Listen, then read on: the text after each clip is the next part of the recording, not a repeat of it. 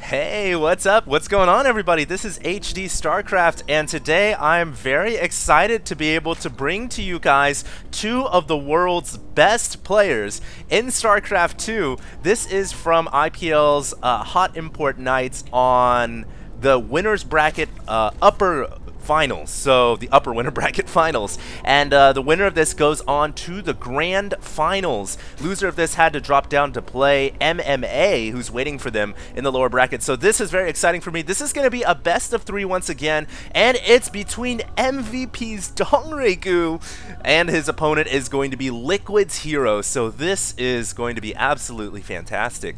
Two of the world's best players. I think Hero, many consider to be TL's best player on the team, and Dongraegu, many consider to be the world's best player, period. I guess the only it's a little bit up in the air right now, since obviously he didn't win the last GSL. That went to Seed, and people usually go with the last player who won that major event, but you know, I'm kind of the guy who thinks that the guy who's won so many championships has that reputation of going for him. I kind of like to side with him, plus he's my Zerg brother, and so I'm just going to go with Dongraegu here, world's best player, and certainly I think the world's best Zerg. The only other Zerg maybe close to him is Symbol currently. But anyways, Hero, also a very good player, one of the best players, one of the best Protoss players for sure. Unfortunately for him, he didn't make it to the grand finals of the last GSL. That was Seed and MC, but still a force to be reckoned with. And this is going to be so exciting. Best of 3 once again. Winner of this goes on to the grand finals, and the winner of the finals will take home $5,000. So it's a lot of money on the line, and we will see what happens. This is awesome stuff. It looks like Dongraegu here is going to be going with a 14 pull into 16 hatch, pretty standard. Excuse me, 15 pull, 15 hatch. And Protoss here, Hero going with a Forge fast expand, and it looks like he threw down the Nexus first. So Nexus first before Forge, excuse me. And, you know, Antigua Shipyard, I think personally it's a map that's pretty good for Zerg. I know a lot of Zergs will disagree with me on this. A lot of Zergs feel like it's more of a Protoss favorite map, but a lot of times I'm kind of the guy who likes to use that Stefano Max Roach style, which is kind of falling out of favor now. But if you do use that style, very easy to kind of break through the rocks here and go attack the third. But also when you're attacking a Protoss who camps right here in the middle of the map, you've kind of got this huge alleyway. You got one on the left here and one on the right where you can flood in Roaches and Zerglings. And that can be pretty hard for Protoss to stop as well.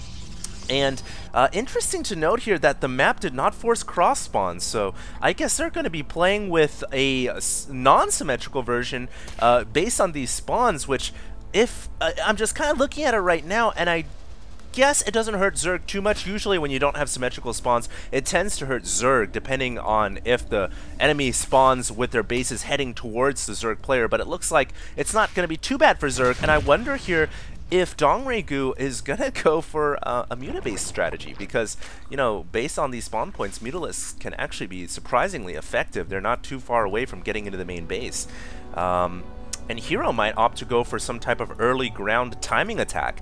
You know, a lot of days now, Protoss versus Zerg is all about getting some type of an all-in against the Zerg before they can really get up to speed. Obviously, in the late game, Mothership is still the all-around balancer that makes it possible for Protoss to play against that Zerg Deathball.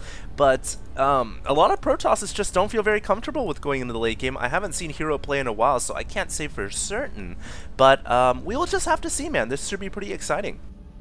Also, on another random note, I woke up this morning and I loaded up StarCraft 2. This is a complete tangent, but I loaded up StarCraft 2 and hello, patch 1.5 was here. I was like, what the heck? It's like compiling my game and reorganizing my game folders and it's like redoing my entire hard drive. I was like, wow, thanks Blizzard. Thank you so much. You guys are so generous. And so apparently 1.5 is out. Cool arcade system now. I haven't really had a chance to test it out yet, but I will in the near future. It looks like it'll be able to promote custom games a lot better.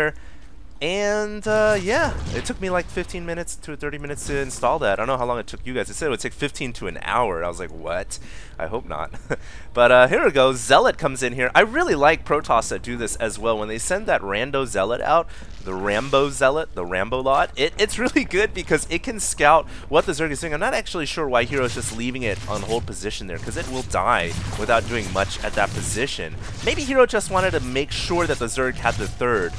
and then proceed on with his standard build. He's actually going to be able to kill a drone? No, he will not. Very nice micro by Dongraegu, and keeps it alive at the last second. But I like Protoss that send in that Rando Zealot to just walk into the Protoss main, because at this stage, very few Zergs have enough units to deal with that. Most Zergs are droning up, and it's like a free $100 scout, or 100 mineral scout, however you do your currency here in StarCraft 2. And here comes the Roachworn, and the gas is going up. Dongraegu looks like he's going with the Stefano style for now. 3 gases. Lair has started. He hasn't started speed yet, so maybe he's not going to mix in Zerglings into his army. We'll see. Meanwhile, Protoss has already gotten a War Prism out, and oh, whoa. We have an all-in from the Protoss. This is a 6-gate Robo all-in, and what you do with this is, oh, he cannot reveal his Warp Prism. What he's going to try to do with this is load the Warp Prism here, I think, and then drop in 4 sentries, and then perma-field the ramp, and then just warp in his entire army into the Zerg main. Or he's going to do it here. I don't think he can actually go to the main based on the spawn points, but he is going to drop it right here, and taking advantage of the early air spots. Now, he will need a lot more sentries to perma-field this ramp. More than 4, that's for sure. And no response from the Zerg yet. Dongraegu actually doesn't have units out in time. Was just going for the max Roach strat, and will probably not have enough to deal with this. I think Hero, is going to be able to take out this hatchery, and really no response from Dongraegu. This is 6 warp gates powered, and I think Dongraegu is probably going to have to give up this hatchery. Oh, this is terrible news for him. The first game of the best of 3 might not go his way. Hero going with one of the many strategies that Protoss can employ to take out a Zerg. Dongraegu is still fighting for his life, though, but I mean, every 30 seconds or so, 6 new units warp in under that Warp Prism, and that is just so devastating. It looks like Dongraegu has to fight with his drones now, but now the perma-fielding begins, and so reinforcements are going to have a hard time getting in here. Dongraegu struggling for survival. Speed has kicked in, so he did research speed, and maybe his Zerglings can take out these sentries. He's got to kill off the sentries, but now so many Zealots and Stalkers are here, and despite the brilliant micro by Dongraegu, I mean, by now I'd be dead. You know, most Zergs would be gone by now. He's still fighting, but now he's running out of steam. And yeah, there it is. GG. So the first game of this best of 3 in the winners bracket will go to Liquid.Hero, and I'm going to be coming out with game 2 after this, guys. I do also have the grand finals available, so I'll be casting the upper bracket finals and the grand finals, and obviously whoever wins this will be waiting in the upper bracket finals. It could be a rematch as well, considering if the loser beats MMA.